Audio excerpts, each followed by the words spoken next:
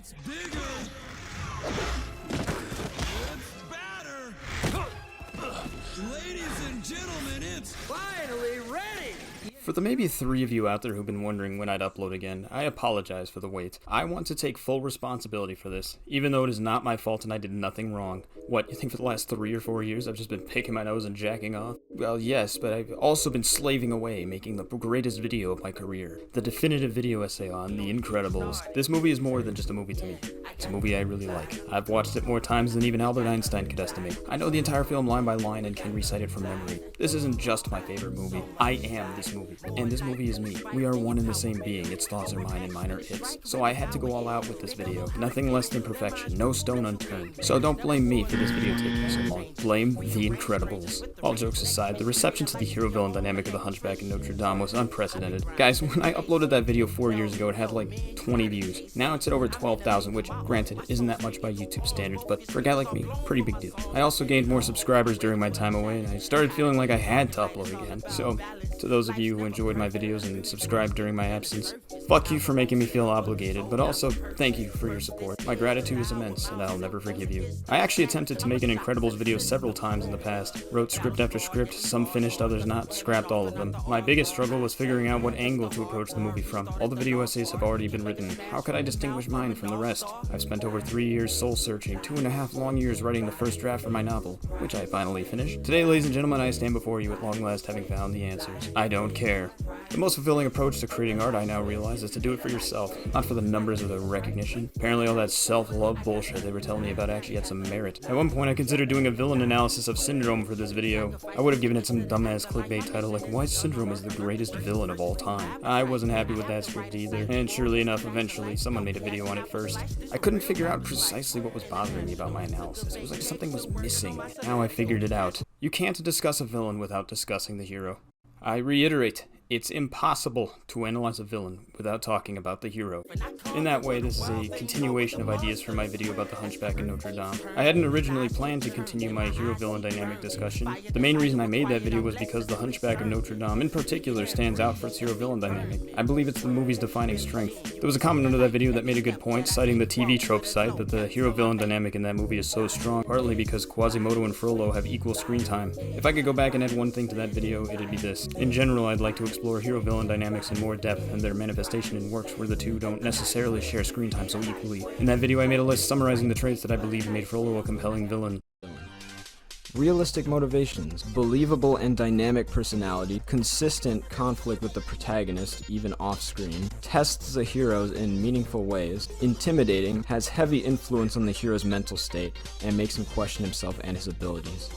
Although I still mostly agree with the ideas I laid out in that video, there's a lot more that bears examination.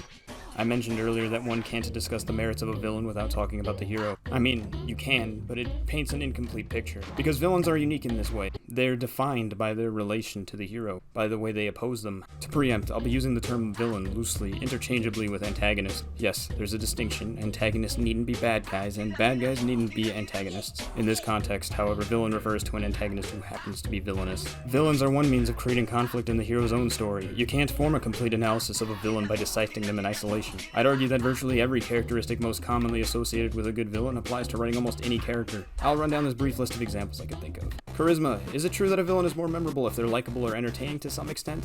Of course, it's a valuable quality, but does it only apply to villains? Of course not. Charisma is a value in character writing as a whole. Sympathetic.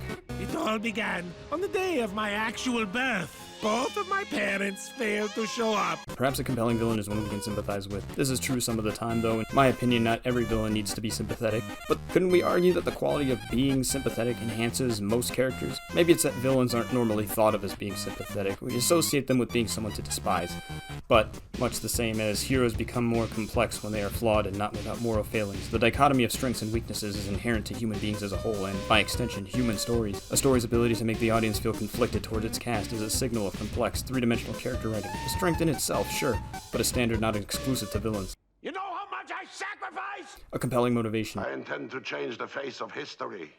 By destroying the world? By creating a world. Doesn't this one speak for itself? This ties into most of what I just mentioned. The more compelling or realistic a character's motivations are, the more we buy into said character. It helps to make a character real. This should be the bare minimum for almost any character. We could analyze a villain by these traits for hours and still not have arrived at the root of what defines a villain as a villain. What purpose are these attributes in a villain without a hero to contest with him? Why should the characteristics of our villain matter if they're not engaging with and bouncing off of those of our main cast? It's like the twist villains most associated with modern Disney films, where the villain isn't even a villain until the last quarter of the movie. The story revolves around our hero. Their story is the story. It's not only necessary to examine how a villain is written as a character, we must ask of our villains, in what ways and to what extent do they contribute to the story of our hero? How do their personality traits contrast, highlight, parallel, or conflict with one another? How are they similar and where do they differ? What relation does our villain's central motivation have with our heroes? Are the two aligned in any way? Does the villain bring meaningful, consistent conflict and drama into the narrative? How do the attributes, characteristics, motivations, and actions of our villain force our hero to confront their own conflicts, within themselves or outside? What connection do said parallels and differences have with the themes and ideas of the story as a whole? Fellas, look no further, for the answers are right here in The Incredibles. In this video, I'll present a thorough analysis of The Incredibles spanning its full duration, how its hero and villain are inseparably rooted to the setups and payoffs that define the vast whole, how they enrich the story, provide the root of its substance and depth, and give expression to the broader discussions, ideas, and themes of the narrative. Why it's a defining example of a well-written hero-villain dynamic. That's right, ladies and gentlemen. In semi-sequel to the hero-villain dynamic of Hunchback of Notre Dame, I officially give to you the hero-villain dynamic of... But first, this video is dedicated to my friend, whose name I won't mention. Fuck you. Listen, this fucking guy watched The Incredibles with me, and he said he, quote-unquote, didn't think it was that good. Fuck you, man. You cultured swine. You know who you are. I know you're watching this. It's not merely that our views differ, but your ability to perceive reality is defective. But don't worry, I will cure you. I will cleanse you of having bad opinions on literally everything. Fucking idiot! Anyway, hero-villain dynamic of The Incredibles.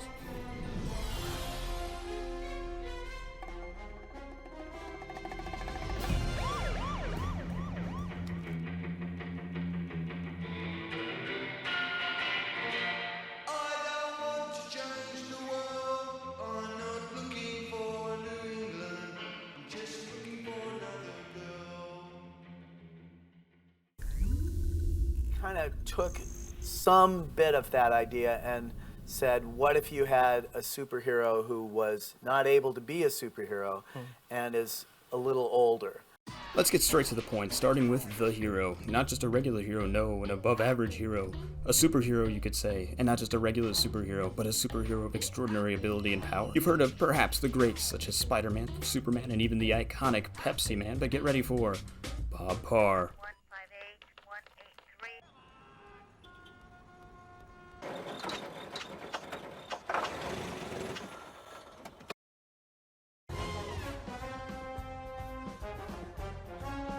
One thing I appreciate about The Incredibles, and something I associate with superhero stories at their best, is that outside of the fictional qualities of superpowers and futuristic sci-fi tech, the story is innately human and down-to-earth. The story of Bob Parr, once the acclaimed and beloved superhero, Mr. Incredible, is that of a midlife crisis. We're gonna keep on rocking forever, forever, forever, forever, forever, forever. This isn't a narrative solely about explosive action scenes or thwarting the master plans of a megalomaniac supervillain, but about a man crushed by the monotony of a miserable office job, deeply unfulfilled with life, longing to return to a nostalgic past marked by glory and adventure, a time when he had purpose. Coming to bed, honey? Yes, dear. You could substitute the superhero motif with just about anything, and the heart of the story would remain intact. Swap Mr. Incredible's secret escapades to revive the old thrills of heroism with a secret life of running a drug empire, and you're not too far off from the premise of Breaking Bad. With both stories, ultimately, people connect with them because they tap into the human aspect. They portray inner struggles universal to the human condition. Breaking Bad isn't simply about a man with cancer who becomes epic Sigma male, I am the danger drug man. It's about a man's slow descent into egoism and vanity, alienating himself from his family as he pushes them further and further away. And also becomes epic, I am the Heisenberg man. The superheroes or drug cartels are only ingredients that give these stories their unique character and identity. They construct an external conflict as a means, while the inner conflict and psychology of its characters are their ends. In The Incredibles, this conflict manifests itself as Bob's negligence of his own family. Almost 2 decades since superheroes were made illegal, Bob, who's now married and has 3 kids, still hasn't adjusted. Bob, uprooting our family again so you can relive the glory days is a very bad thing. Reliving the glory days is better than acting like they didn't happen. Yes! They happened. But this, our family, is what's happening now, Bob. And you are missing this. It's his old line, I work alone, taken to its furthest brink, now to his own and his family's detriment. Bob, however, remains blind to this. While he seeks purpose through a past which no longer exists, he neglects that which he already has, and without noticing drives a wedge between himself and the ones who matter most to him. It's not about you! This is sometimes called the lie your hero believes, something a character wrongly attributes the source of their problems to. It stands as the barrier between the MC and the real's nature of their crisis. In some sense, it distracts them from confronting a larger truth. The false belief must be obliterated before the hero can grow and for the story to deliver its core message or idea. Skylar. All the things that I did, you need to understand. I have to hear one more time that you did this for the family. I did it for me. How a narrative goes about this task will vary based on a storyteller's own vision and the kind of story they want to tell, but among the many tools at their disposal, the villain is one of them. It's on this basis that I'll be dissecting the interplay, cross-weaving, and intersecting dynamic between our hero, Mr. Incredible, with his literal and symbolic villain, Mr. Huff. You authorized payment on the Walker policy? You want to know about their coverage, Bob? Don't tell me about their coverage. Tell me how you're keeping Insuracare in the black, with you writing checks to every Harry Hardluck and Sally sob story that gives you a phone call. Morning break is over. Morning break is over. Obviously, we all know I don't really mean Mr. Huff. Why bring him up at all, you might ask? Because I fucking felt like it. It's my video. Idiot. Well, that and a few other reasons. Sure, he's not the main villain, but he is a smaller one. Am I right? Because he's small.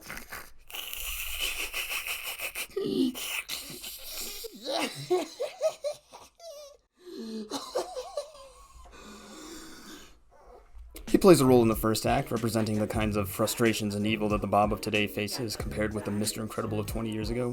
Dastardly miscreants like the infamous Bon Voyage have been replaced by the bleakly mundane likes of corporate bureaucrats and arrogant middle managers. Yet, despite being relegated to the first act, and his overall presence being insignificant and never brought up again, I'd argue that Mr. Huff's plot thread is a miniature, isolated, and concise example of a hero-villain dynamic, and what that exactly means, and why such a framework exists in stories to begin with, why stories use villains at all. We're supposed to help people. We're supposed to help our people, starting with our stockholders, Bob. Who's helping them out, huh?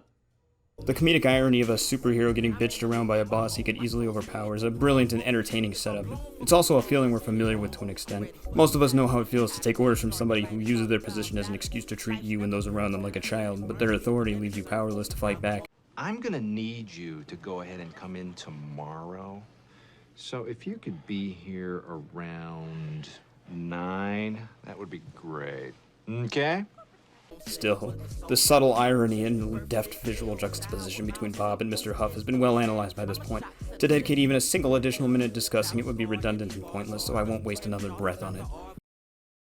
The juxtaposition of Bob and Mr. Huff comprises a broader visual motif spanning the first act post-time skip. A giant man in a tiny world. The Real Jim's on YouTube puts it well in his Pixar Perfect review of the movie. I really love the imagery they use right here. They surround this gigantic, powerful man with such a tiny and compact world. He sits in a tiny cube. He gets bossed around by a tiny man. He drives home in a tiny car. It effectively transmits to the audience this suffocating feeling of being trapped and boxed in by the dreary and mundane the way Bob feels. Grays canvas the backdrops, the office cubicle, the fluorescent lighting, the overcast sky, in stark contrast with the prologue's rich reds and blues and all its open space. In a world where superheroism is illegal, the oppressive bureaucracy in which the former hero finds himself surrounded makes its presence felt at every moment. On top of that, how ironic and appropriate is it that a former superhero once dedicated to helping others should find himself working for a corrupt insurance agency, an insurance agency that puts profit over its customers' well-being. We're supposed to help our people. But Mr. Incredible's morals and sense of justice haven't died. In fact, he often and regularly risks his job by breaking the rules and using corporate loopholes to help his clients when he's not supposed to. Listen closely. I'd like to help you, but I can't. I'd like to tell you to take a copy of your policy to Norma Wilcox, W-I-L-C-O-X on the 3rd floor, but I can't.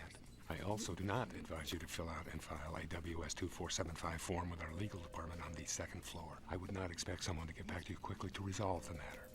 I'd like to help, but there's nothing I can... Within minutes, we're given a sense of who Bob Parr is 20 years later and the nature of his post-heroism days. The scene tells us he's still a person who cares about other people. But this ties into a broader discussion on characterization, which I'll get into later. Mr. Huff is the center of Act 1's setups and payoffs that carry it forward. When he belittles and abuses Bob, when he condescends and pushes him around, when he disregards the well-being of a man being mugged right outside his window, it invokes in us innate indignation at injustice for Incredible Man. Stop right now, or you're fired! When Mr. Incredible finally snaps and hurls his boss through several rooms of drywall, the build-up has been great enough to justify the payoff, and the moment is rewarding because of it. He got away. Good thing, too. You were this close to losing your... Mr. Huff has no redeeming qualities, no fleshed-out motivations, no sympathetic traits. He exists solely for us to dislike. For the movie to bother dedicating time fleshing out any such characteristics would be to bog it down with needless detail. One could argue that his role is a symbolic one, that when Mr. Incredible finally loses his nerve and flings him through the wall, that this is Bob breaking free of his mundane life once and for all, and maybe there's some truth to that. Nevertheless, amid all the irritations and woes in the life of Bob, his boss remains an ever-growing tension, an irritation constant enough to push our main character to the edge. At which point, the payoff is also the bridge to the second act, when Mr. Incredible is fired and at his low point, unemployed, not knowing what to tell his wife, while relations with her are precarious, his future uncertain, a miracle lands at his feet. My name is Mirage. We have something in common. According to the government, neither of us exist. A video message, some mysterious lady named Mirage, an offer to perform hero work again. The supers aren't gone, Mr. Incredible. You're still here. You can still do great things. Or you can listen to police scanners. Your choice. The very thing Bob could have only dreamt of. The impact of the moment is felt at its strongest because it occurs when the spirits are at their lowest. The setup and payoff of Mr. Huff as a minor antagonist is the forward momentum driving the first quarter of the narrative. Well, here comes the future and you can't run from it. If you've got a blacklist, I want to be on it. Waiting for the great leap forward. Well, it's a mighty long way down rock and roll from top of the pops to drawing a thou when you're waiting for the great leap forward.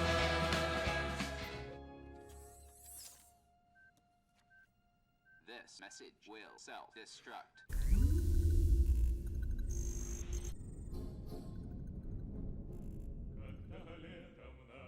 Contradictions drive movement in stories, individuals, and history. These contradictions take many forms, whether it's contradictions in class interests sparking revolution, or inner contradictions compelling someone to seek more from life. In a narrative, the first act builds up these contradictions, which manifest as antagonistic forces, inciting conflict and eventually culminating in the inciting incident. An antagonist can be a character or something intangible like nature or society. For Mr. Incredible, the role of antagonist isn't limited to Mr. Huff. His dissatisfaction with life, the government's ban on superheroes, the life he has versus the life he wants, are all contradictions that shape the story. Contradictions within the main character and without compel the protagonist either to act or to react. Such as when Bob and Helen argue. Despite getting their family in trouble before, Bob continues seeking the old thrills of heroism behind her back. Their conflicting wants are a driving force that creates conflict in the first act, and in doing so, reveals necessary information about the characters and their situation. To celebrate mediocrity, but if someone is genuinely exceptional, This is not about you, Bob. This is about Dash. You want to do something for Dash? Then let him actually compete. Let him go out for sports. I will not be made the enemy here. You know why we can't do that. Because it'd be great! This is not about you! It's okay, kids. We're just having a discussion. Pretty loud discussion. Yeah, but that's okay. The inciting incident is the point when the contradictions reach their breaking point and the protagonist can no longer continue living in the old way. Something must change. Or you can listen to police scanners. Therefore, the villain represents the ultimate antagonist, pursuing goals that directly oppose the essence of the story, making their defeat the primary aim. When you boil the hero-villain dynamic down to its bare, fundamental, and most basic form, what you have is two caricatures, one whose success we root for and another whom we root against. Once such expectations have been fulfilled, it makes for a satisfying story. The longer the anticipation for said payoff, theoretically, the greater the reward will be. They are two elements serving to manipulate the audience's emotions. But here's where it gets more complicated. The goal of the storyteller is to conceal from the audience that their emotions are being manipulated. This is an unspoken understanding between the storyteller and the audience. The audience knows the storyteller will manipulate their emotions and will keep this as inscrutable as possible in exchange for an immersive, engaging story. The storyteller fails when they make this fact too obvious. The audience becomes aware that each event is supposed to make them feel a certain way, and they see through the illusion. They become aware of the fact they're watching a story and become detached from events unfolding. With heroes and villains, the writer might flesh them out and make them more three-dimensional, give the heroes strengths and weaknesses and the villain villain's sympathetic or likable qualities, maybe flesh out their character motive, make it believable. Often this distinguishes what we consider children's media from adult media. In the former, the distinctions are made obvious as to not confuse the younger viewership still not privy to nuance. In the latter case, however, there suddenly emerges a laundry list comprising hundreds upon hundreds of possibilities and variables for the story weaver's consideration. And between each of these polars is a full spectrum of variation. Sometimes the juvenile quality of simplistic villains can lend themselves a certain charm, harkening back to Saturday morning cartoons in a nostalgic, throwback way. Inversely, some villains aren't those we dislike, and their downfall is one we mourn. Doc Ock in Sam Raimi's Spider-Man 2, for example. I will not die a monster. We're brought back to the morally gray villain motive. For many people, and for good reason, this appears the best and only option. After all, the saying goes, every villain is the hero of their own story. It's more believable that a villain would commit heinous crimes if they thought the result would contribute something wholly good to the world. But here I ask, have all real-world villains had morally grave motives? Behind every homicide, was there an object of change for the greater good? Has every robbery been enacted by a Robin Hood trying to feed the poor? What about the countless crimes against humanity committed by CEOs in the name of profit? Or were there sometimes, perhaps often, intentions driven by revenge or self-interest, malice or cruelty for their own sake? Did Ted Bundy have a morally gray motive? It's pretty complicated. Whether a story props their villain up as someone to hiss and boo, or somebody to pity whose downfall we grieve varies. Taking us back to square one, the villain's role in the narrative and the themes affecting the full cast must still take full account. And, in a story centering on a protagonist who's trapped in the past, how appropriate is it that the main villain would be the product of his past coming back to haunt him? Well, I'm Incrediboy! What? I've been nice. I've stood for photos, signed every scrap of paper you pushed at me, but this is... No, you don't have to worry about training me. I know all your moves, your crime-fighting style, favorite catchphrases, everything. I'm your #1 fan.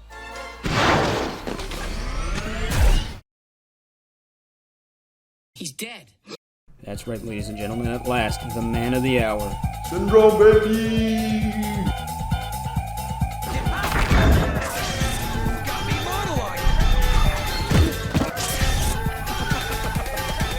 Shout out to this motherfucker right here.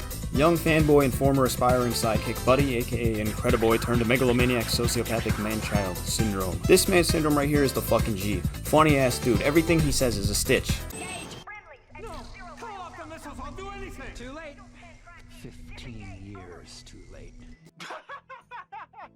A term TV tropes dubs create your own villain. As they put it, superheroes try to rid the world of villains. Unfortunately, sometimes they have the opposite effect. In this instance, it's Mr. Incredible's dismissal and rejection of Buddy that disillusions him, creating the supervillain Syndrome. Fly home, buddy. I work alone. Our first proper interaction between Mr. Incredible and Syndrome occurs around the midway mark of the second act. It's here, too, when Syndrome's identity is revealed. You know, I went through quite a few supers to get it worthy to fight you, but man, it wasn't good enough! After you trashed the last one, I had to make some major modifications. Sure, it was difficult, but you are worth it. I mean, after all... I am your biggest fan. Buddy? My name is not Buddy! We arrive at the Act 2 turning point, urgently shifting priorities on the story's trajectory, a new threat making itself known. You supernatural! I'm Syndrome, your nemesis in it! Until this point, the exact nature of this organization Bob has been working for has remained largely unknown. From Bob's perspective, it's been a dream come true. We, the audience, however, are privy to information that indicates otherwise. There's the newspaper article Bob reads near the beginning on the disappearance of a man whom Bob recognizes as a former superhero Gazerbeam. Jay Palladino, longtime advocate of superhero rights, is missing. Gazerbeam. Mirage, prior to her video message that Bob meets her through, was an unknown figure spying on Bob and Frozone from a concealed vehicle. The fat guy's still with him. They're just talking. And again when she delivers the tablet with the aforementioned message at Bob's place of work. Syndrome in this sense is revealed to us in something of a bottom-up fashion. First, indirectly through those operating underneath him, his existence vaguely alluded to as a picture gradually widens, implying a far greater scale yet unseen. Surprising. I must bring him back. Tell me all clear, and invite him to dinner. I take it our host I'm is... sorry. He won't be dining with us tonight. He hopes you'll understand.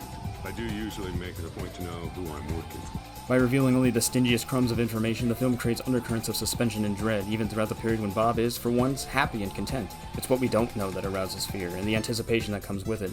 The fact Syndrome only communicates through the people working underneath him tells us he's a figure of status and importance. Though our central villain's face and nature aren't yet known, Syndrome casts a foreboding, faraway presence. Like Coraline, a scenario of a spider's trap. Our hero is lured by wish fulfillment that feels too good to be true, because it is. By creating suspense and build up to a confrontation that we know is coming, yet with an enemy whom we know little, the movie lays the foundation of its hero-villain dynamic that gives it weight and significance. When our enemy is revealed to be somebody we've already met briefly, the wide-eyed, annoying though wholly innocent Incrediboy, it wrong-foots us, not because it's nonsensical or ill-fitted, rather because it makes perfect sense. Now, before I continue, I must note, I can't comment on the predictability of this reveal. I saw this movie when I was probably about 4 years old, and I watched it countless times growing up. I don't even remember what my initial reaction to this reveal was. Goo goo gaga or some shit. Was it obvious and something anyone could have seen coming? I don't know. Was it shocking and mind-blowing? I don't know. However, whichever of these two scenarios was the case for you is irrelevant. In fact, it's precisely the beauty of this reveal. A good plot twist isn't there solely to pull the rug out from under the audience. It should, primarily, add substance to a narrative and recontextualize it. The reveal is brilliant precisely in the way it recontextualizes everything we've known thus far and the events going forward. It reveals our villain's backstory, yet it does so without actually revealing any new information to us. We've already watched Syndrome's backstory unfold in real time. The events that make up Buddy's call to villainy, from Mr. Incredible's perspective, seem of little significance as they take place. It's only in retrospect that we recognize how these moments would have such a significant, informative impact on a child, let alone a child with an obsessive and parasocial attachment to our hero. It's worth noting, Syndrome didn't merely idolize Mr. Incredible, but found his core sense of self and identity through him. And it's clear that this revelation, at the time, meant something special and meaningful for Syndrome, as a moment of self-actualization and purpose. You always say be true to yourself, but you never say which part of yourself to be true to. Well, I've finally figured out who I am. I am your ward. Incrediboy! Moments that once seemed comical now carry weight in a semblance of tragedy. We know Buddy had an unhealthy, obsessive idolization of Mr. Incredible. We know he was always adept at inventing, like his rocket boots. I invented these. I can fly. Can you fly? We know his encounters with Mr. Incredible left a negative impression. And make sure his mom knows what he's been doing. I can help you. You're making a mistake. And we know now that he has an axe to grind because of it. And although Bob isn't wholly responsible for the action that his rejection would later inspire, it raises the question, had he shown him the slightest bit of kindness or encouragement, might Buddy have taken a better path? It creates a new moral ambiguity surrounding our protagonist and forces us to reevaluate his past choices. It also raises the stakes tenfold, as Bob is now stranded on a remote island in the heart of a heavily armed, hostile military base. A setting we're already familiar with, once merely Bob's place of work, takes on a newly threatening and foreboding air. Syndrome embodies the buried and forgotten sides of not only Bob's glory days, but even of himself. While Bob has relished all things good from his past, the glory, the thrill, helping others, being the hero everybody loves, he's ignored the other parts. The parts where he was mean, cruel, maybe somewhat arrogant, callous, and self-centered. You're late. When you asked me if I was doing anything later, I didn't realize you'd actually forgotten. I thought it was playful banter. It was playful banter. His past was not all peaches and roses, despite what the rose-colored glasses suggest. In other words, Mr. Incredible was kind of a dick. Syndrome forces Mr. Incredible to face the uglier sides of his supposed glory days, forces him to confront himself and brings to the forefront a sobering reminder of his actions and their consequences. They stand in front of him in the shape of Syndrome, and far more sobering, it demands the question, has Mr. Incredible really changed all that much? If the Mr. Incredible of the glory days was self-centered and callous, what does that mean of the Bob Parr today, who puts the well-being of his family in jeopardy so he can relive being a superhero, who treats his family as an accessory to his own story, the man who won't even attend his own son's graduation? Is the Mr. Incredible who was late to his own wedding because he prioritized his hero work so different from the Bob Parr who still puts hero work over his family? It's the first time since the movie's opening that Mr. Incredible's glory days are shown from another perspective, and the first time they're put into question. In doing so, it also establishes a direct, intertwined, and inseparable link between our hero and our villain, in their shared past, and how it's provided the basis for each of their core philosophies and the object of their shared obsession. The dynamic of hero and villain takes on a new subtext, almost a paternal one. I'd liken it to some extent to Frankenstein and his monster, the Forgotten Child. And then you had to just go and ruin the ride. I mean, Mr. Incredible calling for help? Help me, help me. Lame, lame, lame, lame, lame. While this scene establishes a clear causal relation between our hero's actions and our villain's origin, it also highlights Syndrome's own agency in the path he's forged. It tore me apart, but I learned an important lesson. You can't count on anyone, especially your heroes. Often, it isn't the event alone that shapes us and our trajectory in life, rather the lessons or ideas we take from it. It wasn't merely that Mr. Incredible turned Buddy away that made him who he is, but Buddy, in concluding that you can't count on anyone, and embracing a cold independence and rejection of any good in others, himself became a villain. In some sense, it was always there in him. Mr. Incredible was only a catalyst. The immediately following dialogue exchange, too, builds on this idea and reveals a lot about Syndrome's outlook and philosophy. It's wrong to treat you that way. I'm sorry. See? Now you respect me. because I'm a threat. That's the way it works. At some point or other, Syndrome took away the idea that to be treated with any respect or dignity, one must be a threat. That one must always be on top and another below. What's especially telling about this moment is the fact that Mr. Incredible did indeed seem sincerely remorseful. His apology and regret were in earnest, yet Syndrome doesn't believe this. In fact, he doesn't even seem to perceive it at all.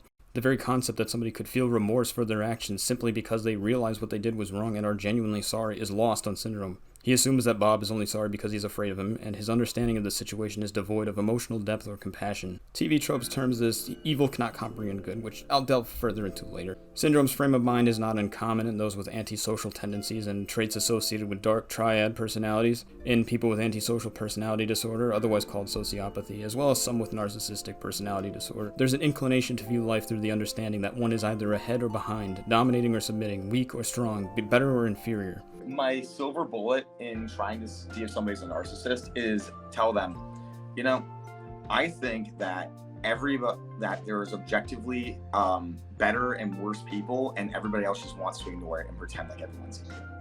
You say that's narcissist, and they'll be like, yes, oh my God, somebody said it. Literally, that's when I met Tess and she said that to me, I had that reaction. Somebody finally said it. And occasionally I'll say that to another narcissist and they'll be what? And they'll have their mind blown as well. I've never seen that fail. The alpha male phenomenon and red pill gurus like Andrew Tate exhibit this to an alarming degree, especially when accounting for the immense numbers of impressionable teens this content reaches and targets. And anyone who sits here and tells me, well, depression's real, you're telling me that your mindset is weak. And I'm not going to adopt the thinking of weaklings. Going to bed is emasculating. Cowards. Tying into characterization more broadly, charisma, or likability. Syndrome oozes charisma from every pore. If he were any more charismatic, he might have run the risk of seducing yours truly. In many respects, I would argue part of his allure stems from his hateability as much as his likability. Syndrome almost falls under the category of villains we love to hate. Just look at his TV tropes page. He puts Mr. Krabs' villain wiki to shame. He's a ruthless, narcissistic sociopath, in some ways so evil he almost reaches comical proportions. More on that later. I'm not an authority to define likability, although if you want an example, look no further than I. However, I have some ideas. I think a character is more likable when we recognize humanizing traits in them. I'm referring to personality in this way, so tragic backstories don't count. The moments when the old buddy comes out through Syndrome is one humanizing quality. You know, I was right to idolize you. I always knew you were tough. But tricking the probe by hiding under the bones of another super? Oh, man! I'm still geeking out about it. When he's geeking out over Mr. Incredible's exploits and his inner fanboy is momentarily visible, it reminds us that the dorky kid we met in the opening and the murderous villain we see now are the same person. And it's an innocent display at that. For a moment we see an old childhood passion flicker into being before pivoting to white-hot anger. And then you had to just go and ruin the ride. I mean, Mr. Incredible calling for help? Help me, help me. Lame, lame, lame, lame, lame! Alright, who did you contact? Generally speaking, I think highlighting the things that make a villain happy can make them more charismatic. Even if there's somebody who's dark and brooding and serious, any glimmer of sentimentality, even if it's just a wistful and quiet appreciation of a flower, can go a long way, either in revealing a sentimental side to our villain or just something inconsequential and innocent that still brings out some giddiness or a spark of light in them. Inversely, moments of vulnerability and sadness, grief over a loved one, or sorrow towards a forgotten dream and the life that could have been can endear us to a villain. It's within our nature as human beings to like somebody more after they've shown us vulnerable and wounded parts of themselves. It disarms us and makes us feel safer revealing our own vulnerabilities, consequently paving the path towards being known and strengthening bonds. Ironically enough, such humanizing qualities can make a villain even more terrifying, too. By reminding us they're human, the villain is made real. They cease to be a fictitious caricature of little consequence, but somebody who could realistically exist. What's more, we may even find ourselves haunted to see a glimmer of ourselves in such monsters. There's a reason why seeing photographs of Hitler petting a dog and smiling have such a chilling effect. It evokes an almost cognitive dissonance within us, as our brain is conflicted with something eliciting tenderness and warmth, while the information we already know fills in the blank with horrifying implications. Other charismatic elements are harder to quantify. I can't tell you why certain lines like, "You sly dog! You got me monologuing! I can't." Or, "You married Elastigirl?"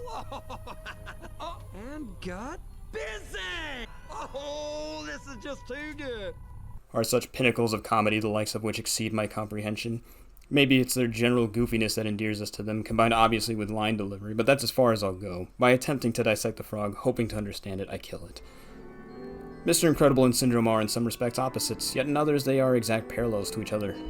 On the one hand, we have a childish villain, mature hero situation. Not only does Syndrome hold simplistic, juvenile views of the world, equating heroism to ability and strength rather than virtue and character. You mean you killed off real heroes so that you could pretend to be one? Oh, I'm real. Real enough to defeat you! He's volatile and explosive, where Bob is generally measured and cool. Lame, lame, lame, lame!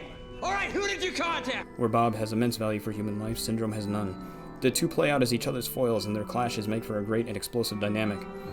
Yet, in a more abstract sense, the two are one and the same. Both of them are obsessed with a past they hold to an almost sacred degree, and they share an Achilles heel of self-centered and egoistic tendencies, a need for glory and acclaim. But I've seen some argue that Syndrome represents what Mr. Incredible could have been, had he continued with his habits. But I'm not sure I agree with that. I think the movie illustrates that while they share similarities, their core principles are so innately at odds as to be unambiguous opposites to one another.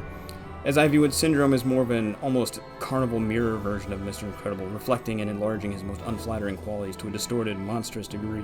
It's basically like the version of you that you see during a bad acid trip.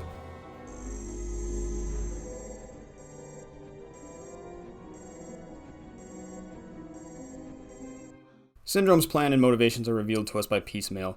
With each reveal, we're given the information necessary to forward the story and motivate Mr. Incredible's actions, whilst creating new questions and leaving enough ambiguity to keep us seeking answers. Syndrome, through brief lines such as, How do you think I got rich? I invented weapons, and now I have a weapon that only I can defeat. And when I unleash it, I'll get... Before being cut off, Mr. Incredible, and subsequently we, the audience, are left understanding that the threat exists, yet its true nature and full scope are yet to be revealed. Our viewing experience is made compelling and engaging because we have questions that demand answers, and the narrative, by producing such questions to begin with, indirectly promises answers, so long as we keep viewing. It needs little explanation why the scene when Mr. Incredible discovers the truth of Syndrome's plan is so good. All the video essays have already been written, so I'll keep it brief and do my best to give this scene the justice it deserves. The gradually upscaling orchestral piece, which begins subtle and eerie, uptaking in intensity and in parallel with the scene.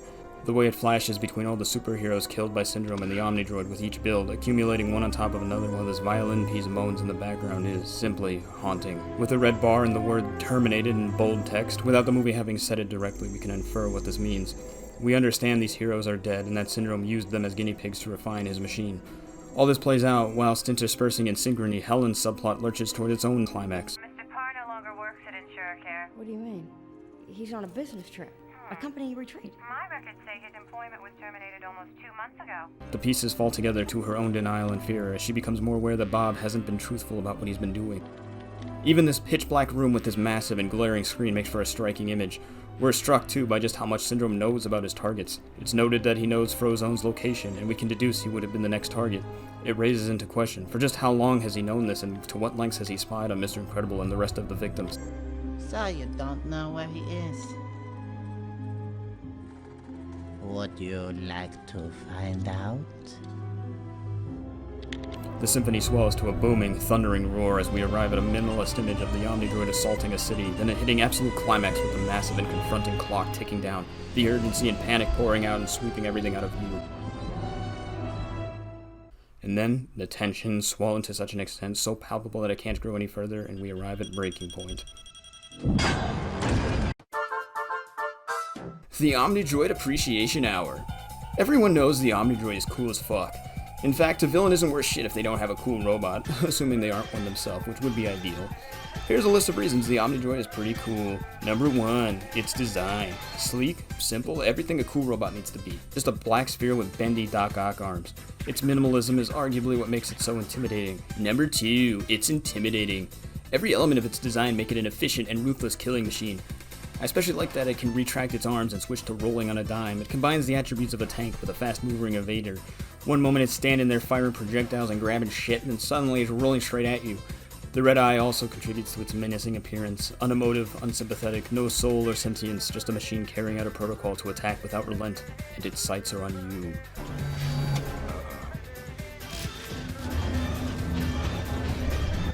The fact that the machine was engineered with the sole object of being invincible and ridiculously efficient, so as to only be defeatable with Syndrome's remote, and on top of that, the idea of it being on the loose is frightening and interesting to me. Number 3, it's intelligent. I've got to warn you. It's a learning robot. Every moment you spend fighting it only increases its knowledge of how to beat you. Despite being an unsentient machine, the way it learns its opponents, adapts, and reacts as quickly as it does almost gives the impression that it's a living, thinking being. but it isn't. At least with a lion you can try and play dead, or maybe that's with bears. Either way, there's still a chance you might make it out with a remaining limb or two. Not with the Omni Druid. It can't be reasoned with, it can't be tamed or calmed. It won't hold back, it won't show you sympathy or mercy. Number 4, bendy arms are cool.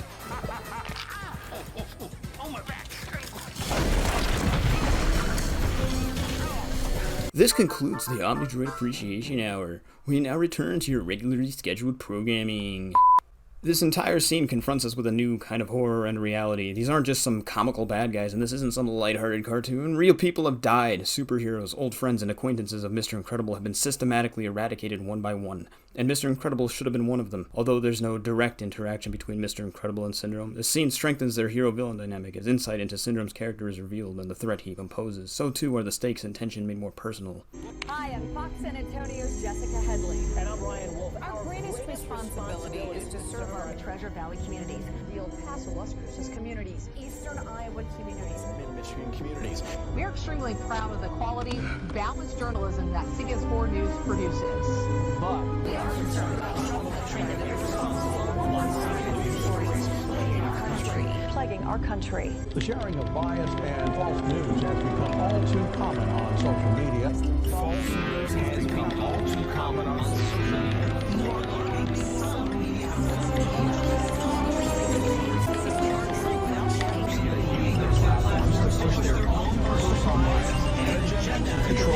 Exactly what people think, and this is extremely dangerous to our democracy.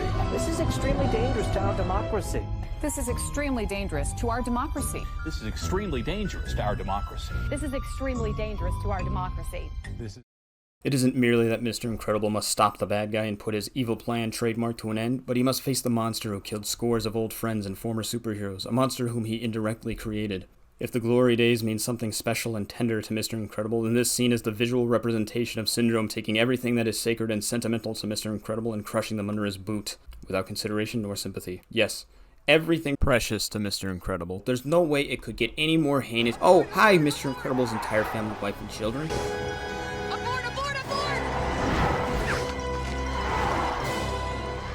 Pull off the missiles, I'll do anything! Too late. 15 years too late. Arguably the point when the trajectories of these two characters' threads collide is right here. We've seen just what kind of threat our villain poses, what relation he has to our hero, but only when these two personalities clash can we truly see the size and depths they bring out in each other, and see the fullest potential of their hero-villain dynamic as it's stretched to its last tether. It's when Syndrome sends a missile strike on Helen, Bob's wife, who has entered his classified island's air zone while Mr. Incredible is present. So you do know these people? Oh, well then, I'll send them a little greeting. We see a desperate, terrified Mr. Incredible pleading and bargaining with Syndrome. Pull off the missiles, I'll do anything! Too late. 15 years too late. When it's mentioned that Mr. Incredible's children are on board as well, Syndrome is unmoved. Buddy's bike, abort, abort! There are children aboard, say again, there are children aboard this! No! The dramatic impetus of this next scene hinges on the withholding of information from our hero that we in the audience already know. Build around us now! I've never done one that big! Alert! Do it now! Abort, abort, abort! Abort, abort, abort!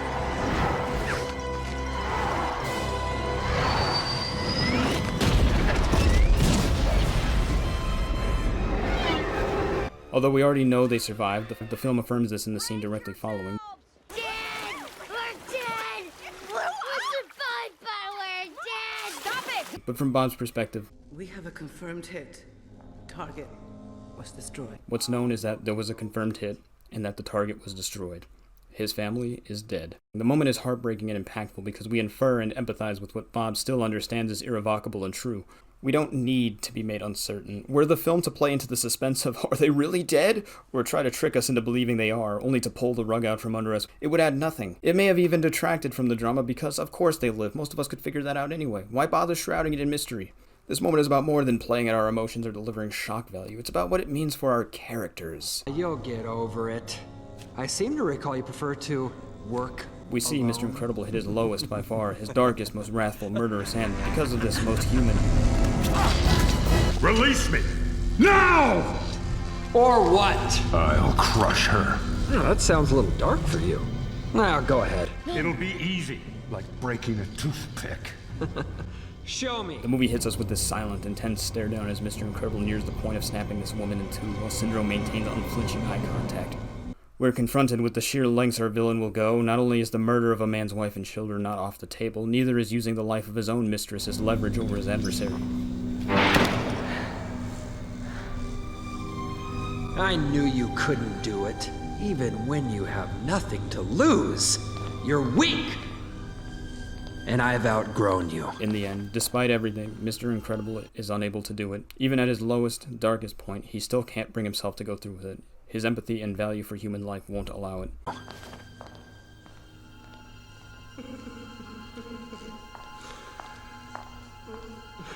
See, folks, this is the height of human drama that I live for. I want to see my heroes brought to the darkest brinks of their psyche. I want stories that aren't afraid to make me uncomfortable. That stories not shy away from the disturbing sides of these characters. For this entire film, we've seen Bob undervalue his family, fail to prioritize them, fail to recognize their importance in his life. Now we surpass the breaking point as he's finally made aware of this and what his family means to him, only after having lost them. We never truly know what we have until it's gone, as the maxim goes. In Mr. Incredible's case, it's a pattern we see repeated throughout his life. We saw it first with Mr. Incredible's glory days. In the opening, he's quoted saying that he wants the simple life of raising a family and relaxing a little. But he gets precisely this, only to be miserable and yearning for his former glory days. It brings to attention whether Bob's problem lies solely in his material and physical circumstances, or if his real crisis lie within. Yet this isn't the first instance where Bob, and we, the audience, are made aware of his family's significance to him. Throughout the duration of time where his secret hero work is going well and his spirits are high, Bob is shown consequently to have a bolstered relationship with his family too. Now, there are two conclusions we could draw from this. Number one, that enjoying one's work and having one's material needs met is a prerequisite for happiness and fulfillment in one's personal life. That when one isn't crushed under a soul-draining, miserable job, that well-being improves as a whole. Although I doubt this was the angle the movie intended on, I'm inclined to support the sentiment to an extent, but number two, while it's true that enjoying one's work and having free time bolsters one's personal life, it was never the thing holding Bob back from bonding with his family.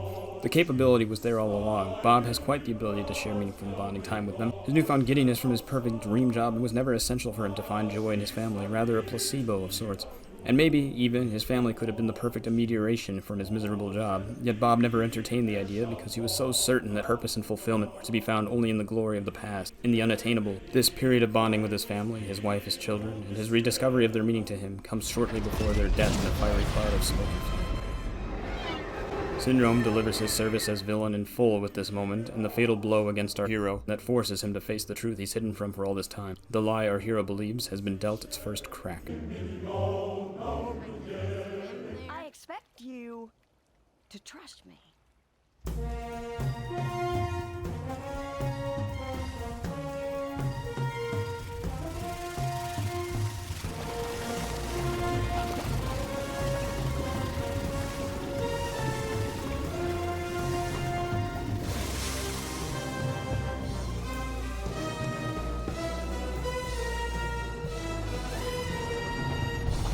With the introduction of Helen and the kids onto the main stage, The Incredibles does a commendable job amplifying the drama and suspense. From the very moment they arrive at the island and the scene that follows, the movie uses this one dialogue exchange amongst Helen and the two kids around the fire to set the tone and atmosphere of the situation to concise and powerful effect. And if anything goes wrong, use your powers. But you said never to I know what I said!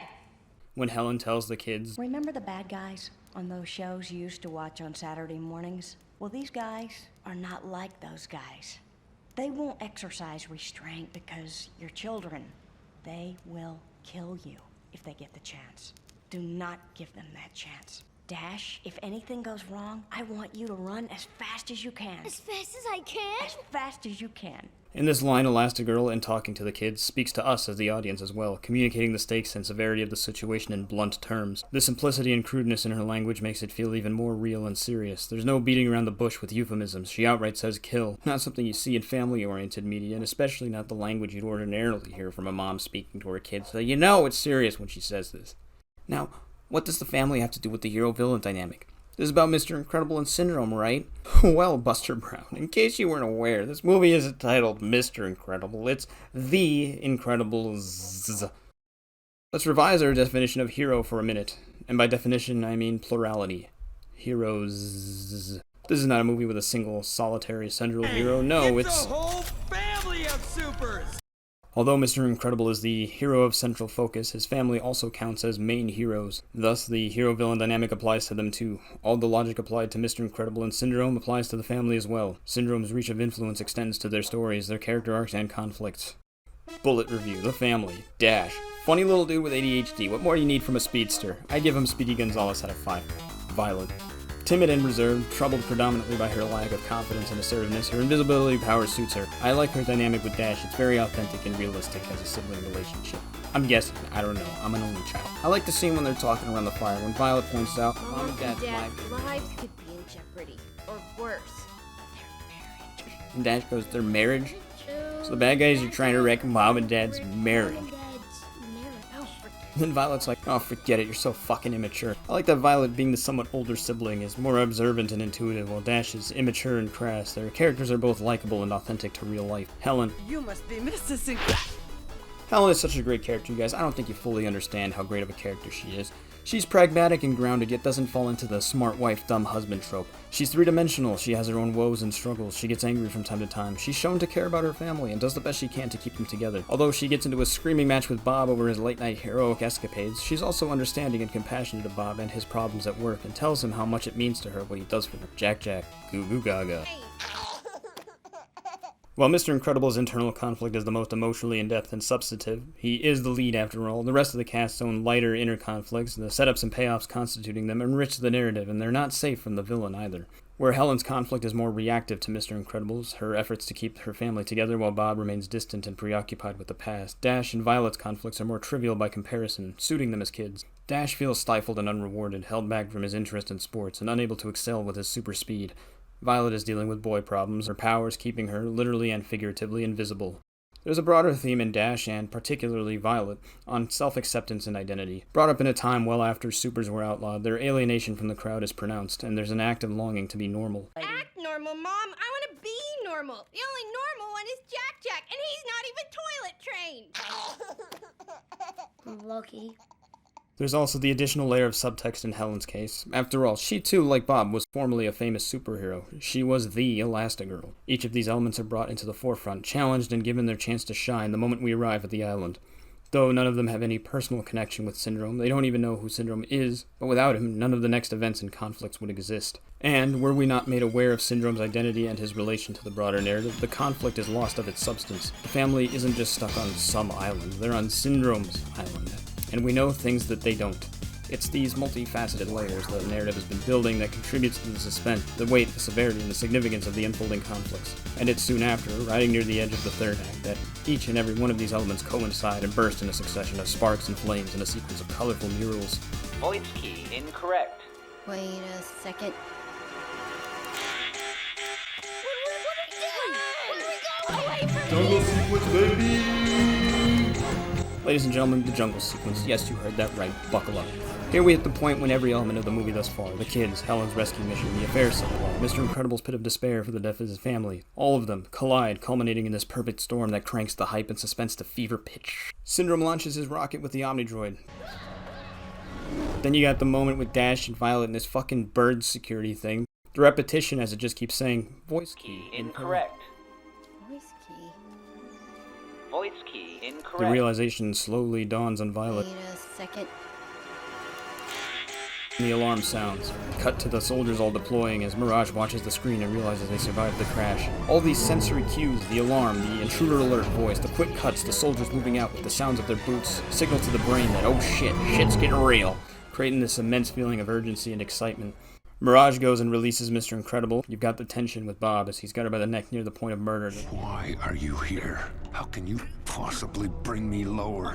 What more can you take away from me? Family survived the crash. They're here on the island. And then the flood of joy and relief, the payoff as he learns his family's alive. Then Helen shows up. You must be Mrs. But there's no time to bicker. They gotta go find Dash and Violet. All the playing pieces are at last moving on the board. Hey, if you suspected danger, why'd you bring them? I didn't bring them. They stowed away, and I don't think you're striking the proper tone here. Cut back to the kids surrounded at gunpoint. We're reminded of how conditioned they've been not to use their superpowers, as Dash seems to almost forget his power entirely. Violet's telling him to run like Mom said. Dash isn't fucking getting it at first. Dash, run! What? And at last he's like, alright, and finally, we get to see his super speed used to its absolute limits. Enter the 100-mile dash.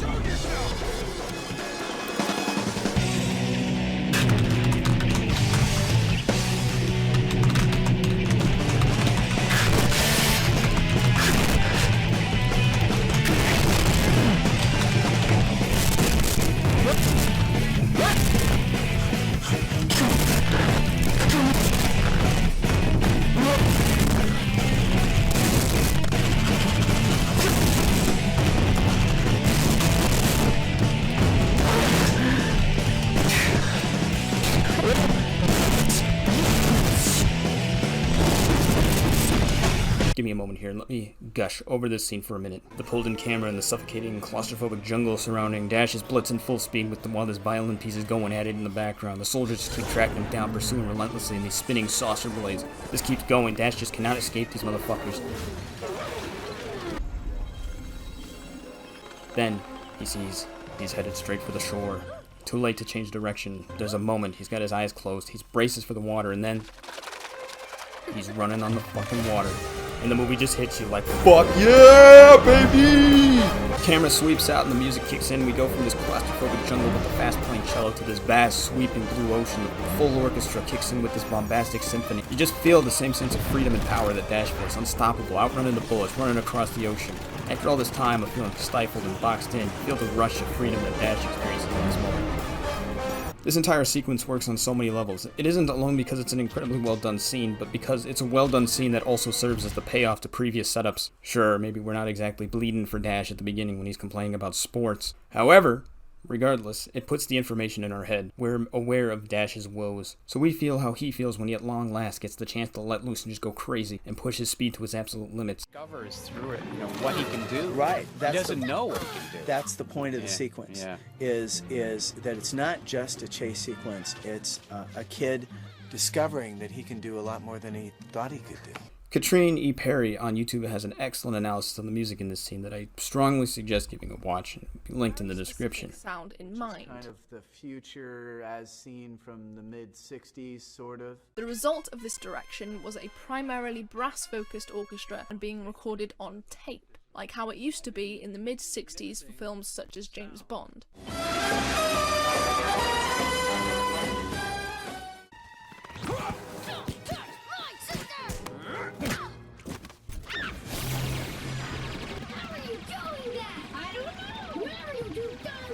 When the family all reunite and band together, fighting as a superhero family, it's just so kick-ass. It feels like we've been waiting the whole movie for this.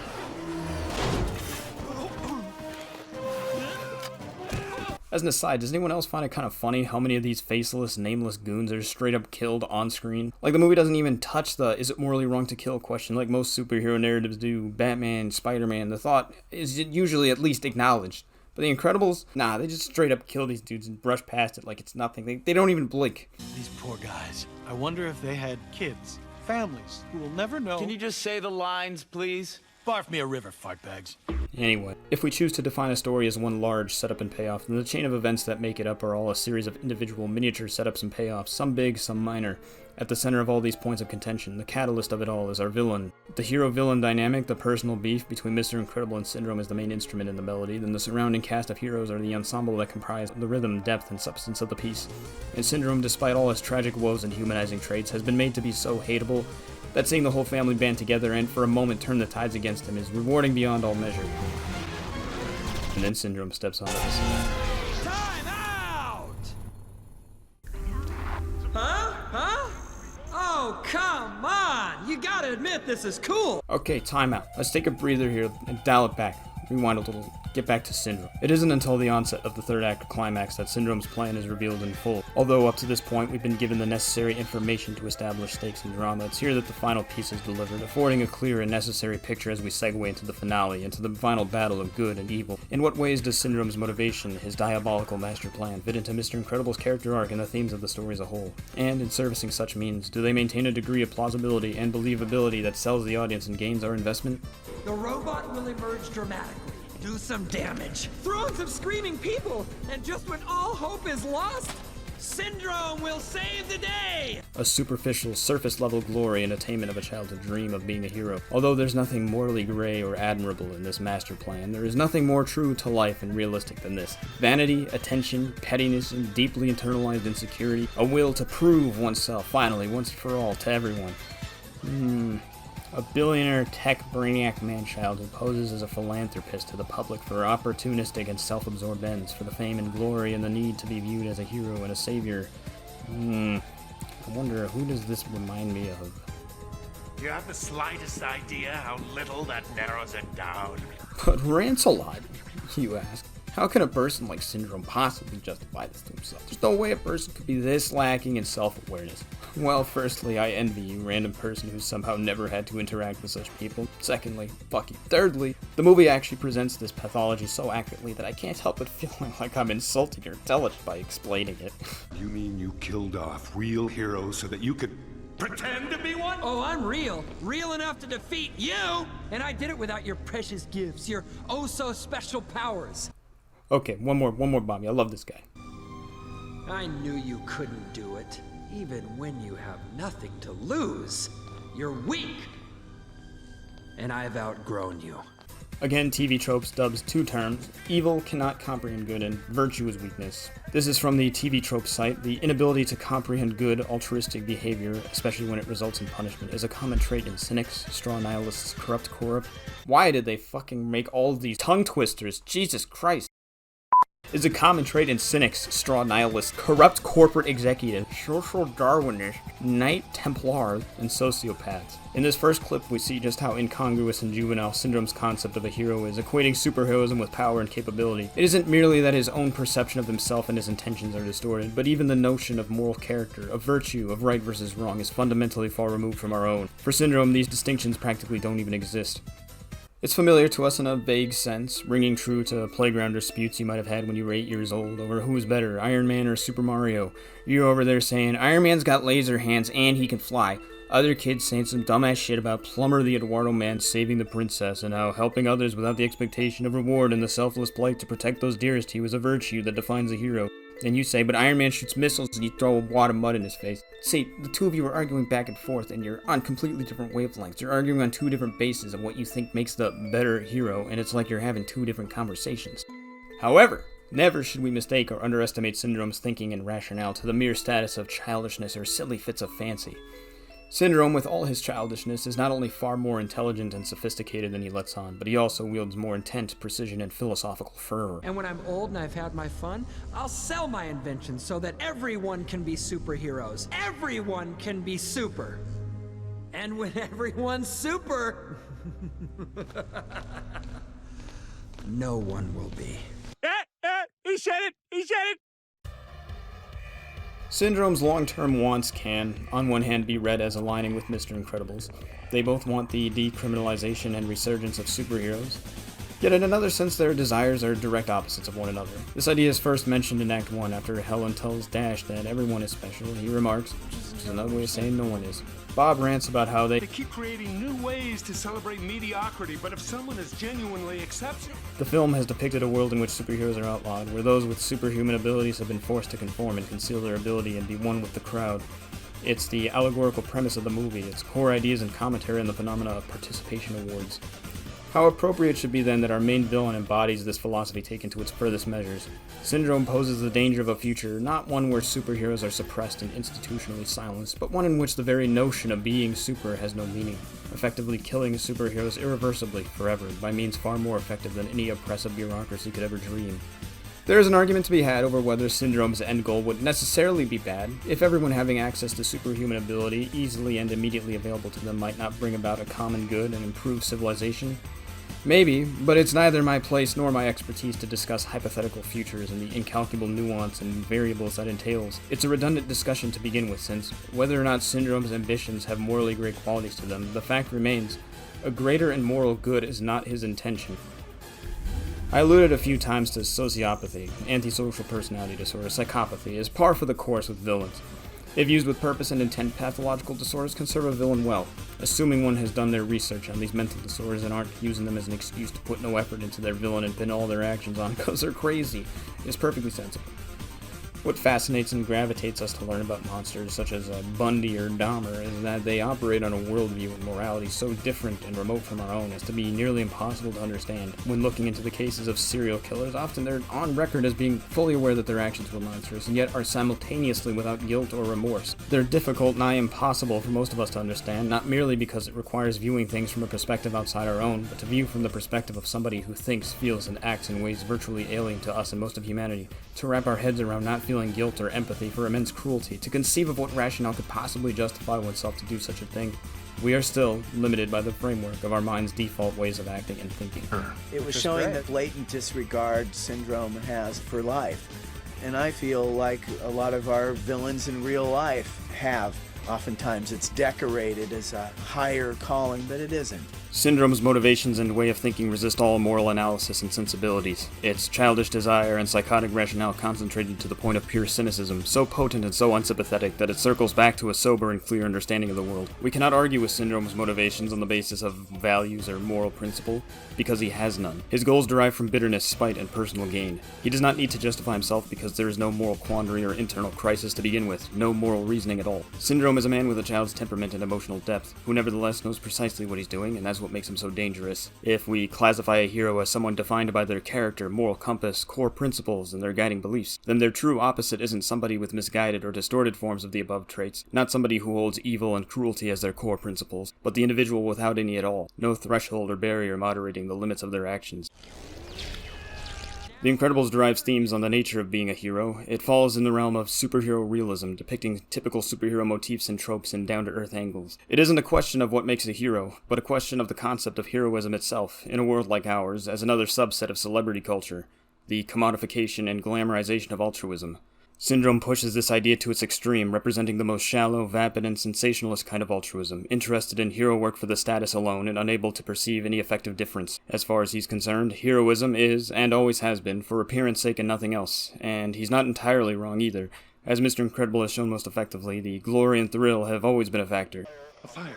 We're close. Yeah, baby! Fire! Yeah!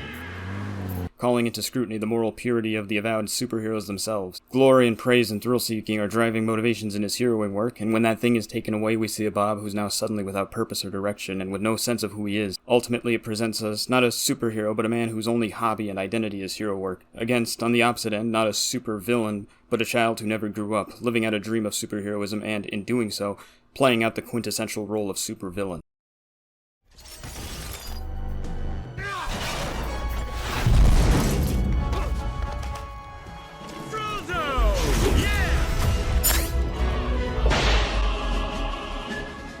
I just cleaned up this mess. Can we keep it clean for 10 minutes? Wait, Please? don't get up. Susie, and this is the supermarket. Come on. We're shopping at Elastigirl, you know what I mean?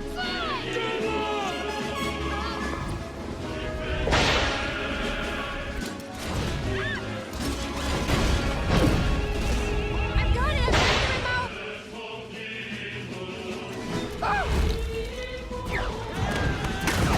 remote!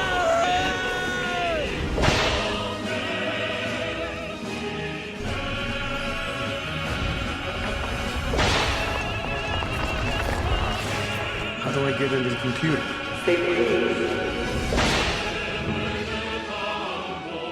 Where's my super suit? Where is my super suit? Do you need to know? I need it! The stakes established in the lead-up to the third act climax are twofold. It's not merely that we root against Syndrome's success merely because the results would be catastrophic, but also on the basis of principle. We've been made to despise Syndrome. We've seen the injustice already committed in his murdering of so many old heroes. To see him derive any satisfaction from having gotten his way, by itself gives us every reason to emotionally invest in his downfall. The ultimate confrontation with the Omnidroid is pretty damn good. Not solely for its presentation or even the fight itself. Preceding it, the film delivers the crux of Mr. Incredible's emotional journey. While the family is imprisoned, in the lead-up to the finale, Bob recounts to them. This is my fault. I've been a lousy father. Blind to what I have. So obsessed with being undervalued that I undervalued all of you. So caught up in the past that I You are my greatest adventure, and I almost missed it. I swear, I'm gonna get us out of this safely. And immediately before the fight, we get this interaction. I have to do this alone. What is this to you? Playtime? So you can be Mr. Incredible again? No! Then what? I'm not strong enough. I can't lose you again! I'm not strong enough. If we work together, you won't have to be. The lie our hero believes, after the long journey we've been through, has been obliterated. Mr. Incredible no longer works alone. His new maxim? I family alone. Also, I like the fact that Syndrome gets no-diffed by his robot in like 5 seconds of his grand debut as a hero. It just shows how incompetent he really is at hero work despite all his intelligence and technical expertise. It's also just really fucking funny to me, I'm not gonna lie. He's dead. Here's a YouTube comment pointing out the mistakes he made. 1. He threw the truck behind him without caring if it would crush anyone or explode. 2. He started celebrating that he damaged the robot despite the fact it wasn't defeated yet. 3. Once the robot attacked him, he fled in the direction of the civilians he was trying to save. I think the premise of the fight was a really clever way to use each character's unique abilities to their full potential. How the cast essentially plays hot potato with Syndrome's remote, trying to figure out how it works while the Omnidroid is on their asses. You've got Mr. Incredible, obviously as the bruiser, able more than the rest to challenge the robot head-on. Elastigirl performing a versatile set of skills ranging from her stretching into a tripwire or disabling the Omnidroid's gun with a precise blow from a sewer grating. Violet with her force field, plus her invisibility allowing her to evade the robot and snag the remote. Dash for obvious reasons. I especially liked the neat little callback they did with the go long thing. Frozone is also awesome for reasons that speak for themselves. Even though not every character can deliver damage, they each contribute vital roles in the battle with and the eventual defeat of the Omnidroid.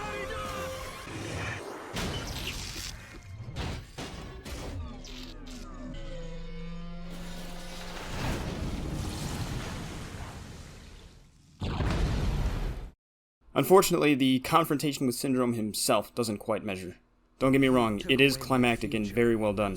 First, the lead up with the babysitter's voicemails and the sudden urgency when she thanks Helen for a replacement sitter she never hired. The family rushing inside to find Syndrome waiting for them. The unnervingly saccharine and soothing speech as he cradles Jack Jack, followed by a laugh that borders insanity. The baby's sleeping. It's only natural that he should want revenge after having his momentous, heroic debut stripped away from him. What? No, dude! The drama and stakes when he flies off with Jack Jack are palpable and genuine, and time is rapidly waning. He's getting away, Bob! He has to do something now! My main issue lies with Syndrome, specifically his main ability. The 0-point energy thing, freezing his opponents in a stasis and moving them around freely, is a little too overpowered. The real Jim's put it best in his review of The Incredibles, which I highly recommend checking out. It's probably my favorite, link in the description. This is intentionally designed to be kind of unfair. He either breaks the scene completely, or he's completely useless. There's no in between. It's kind of a weird ending in some ways, almost like the main villain is some loose end they gotta wrap up. Still, it's a well done scene, and the resolution is satisfying, albeit fucking gruesome, horrifying, honestly. Also, Edna's no capes thing coming back was especially clever.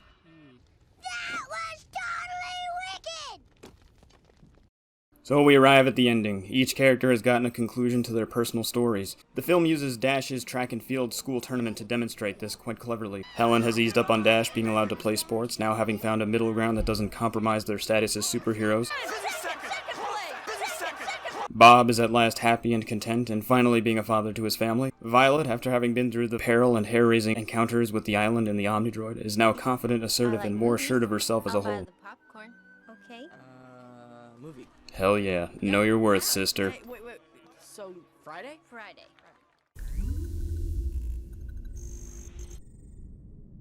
So, in conclusion to my master thesis, Syndrome is a fucking dick, and that's funny and cool to me, and I like him. End video.